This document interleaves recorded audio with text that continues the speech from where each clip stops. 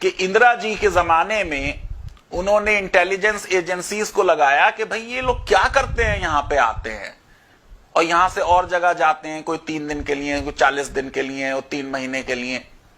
तो इंटेलिजेंस ने अपनी रिपोर्ट दे दी कि हमने बहुत गौर से इनको सुन लिया, देख लिया, बात कर ली, इनसे कोई राष्ट्र को खतरा नहीं है तबलीगी जमात से, क्योंकि ये इस दुनिया की बात ही नहीं कर रहे। इसीलिए जो और मुस्लिम ऑर्गेनाइजेशंस हैं और मुस्लिम रिलीजियस ग्रुप्स हैं वो तबलीगी जमात का क्रिटिसिज्म करते हैं, क्योंकि तबलीगी जमात में अपना घर बार छोड़ दे, गो के अपने पैसे खर्च करके लोग जाते हैं, इनकी कहीं कोई फंडिंग नहीं होती, ये अपने रिसोर्सेज इन्वेस्ट करते हैं। लेकिन फिर भी दूसरे लोगों का यह ख्याल है कि आप अपनी जिम्मेदारी, अपनी पढ़ाई, अपने जॉब पे ज्यादा ध्यान दें, वो भी एक धर्म का ही कार्य है। तो इंटेलिजेंस ने यह रिपोर्ट दी कि ये या तो जमीन के नीचे की बात करते हैं कि कब्र में कौन सा बिच्छू आएगा, कौन सा सांप आएगा, कैसा अजाब होगा, क्या क्या पाप लगेगा, यानी इस धरती की बात नहीं, धरती से नीचे की बात करते हैं, या आसमानों से ऊपर की बात करते हैं कि जन्नत, हेवन, स्वर्ग में ये मिलेगा, वो मिलेगा अगर आप अच्छे काम करें।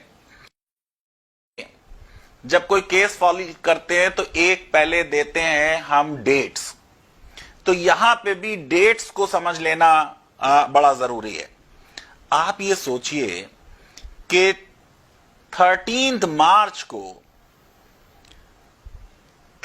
मार्च को लव अग्रवाल जो जॉइंट सेक्रेटरी हैं गवर्नमेंट ऑफ इंडिया के हेल्थ के, उन्होंने प्रेस कॉन्फ्रेंस की। तब तक देश में 81 केसेस हो चुके थे, 16 इटालियन थे, 1 कैनेडियन था, और उन्होंने कहा there is no health emergency, no need to panic. 13 March को ही दिल्ली गवर्नमेंट जो है वो एक ऑर्डर इशू करती है कि सेमिनार नहीं होगा, कॉन्फ्रेंस नहीं होगी, लेकिन रिलीजियस कांग्रीगेशन को उसमें नहीं इंक्लूड किया गया। यानी रिलीजियस कांग्रीगेशन 13 तारीख को अलाउड था। तबलीगी जमात का ये कांग्रीगेशन, ये इवेंट 13 से लेके 15 मार्च तक रहा। अब आप ये देखिए कि गोल्डन टेम्पल नहीं बंद किया गया बहुत दिन तक। योगी आदित्यनाथ यूपी के चीफ मिनिस्टर हैं, prime minister national lockdown 21 days का अनाउंस कर चुके हैं। वो अयोध्या चले जाते हैं कुछ लोगों के साथ और फिर वहां पर वो पूजा अर्चना सारी चीजें होती हैं। आप ये देखिए कि शिवराज चौहान ओथ लेते हैं 23 मार्च को, और वहां पे भी एक बड़ी सेलिब्रेशन होती है, उनके सपोर्टर्स वहां मौजूद हैं। 16 मार्च तक तिरुपति टेम्पल में हर घंटे 4000 डिवोटी जा रहे थे। 16 मार्च तक सिद्धि विनायक टेम्पल बंद नहीं किया गया। 16 मार्च तक उज्जैन का महाकालेश्वर टेम्पल बंद नहीं किया गया। 18 मार्च तक वैष्णो देवी टेम्पल बंद नहीं किया गया। 20 मार्च तक काशी विश्वनाथ टेम्पल बंद नहीं किया गया। 17 मार्च तक शिरडी साई बाबा टेम्पल बंद नहीं किया गया। जो पूरी सोशल डिस्टेंसिंग की बात आएगी वो 19 तारीख को आएगी, जब प्रधानमंत्री जी कहेंगे कि 22 तारीख को आप जो है जनता कर्फ्यू लगाएं और शाम में थाली बजाएं और ताली बजाएं। और आपने उस दिन भी शाम का क्या मंजर देखा कि ताली बजाने का एक इवेंट बन गया और लोग सड़कों पे निकल आए और गाने गाने लगे, ताली बजा बजा के, गो कोरोना, गो कोरोना, गो कोरोना। वो तमाशा आपने देखा। पार्लियामेंट के सेशन को खत्म नहीं किया गया और बीजेपी के एमपी दुष्यंत सिंह, जिन्होंने कनिका की पार्टी अटेंड की थी, वो पार्लियामेंट चले गए।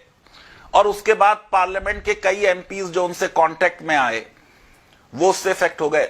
राष्ट्रपति जी ने एक एमपीज की पार्टी रखी, उसमें भी ये लोग शामिल थे।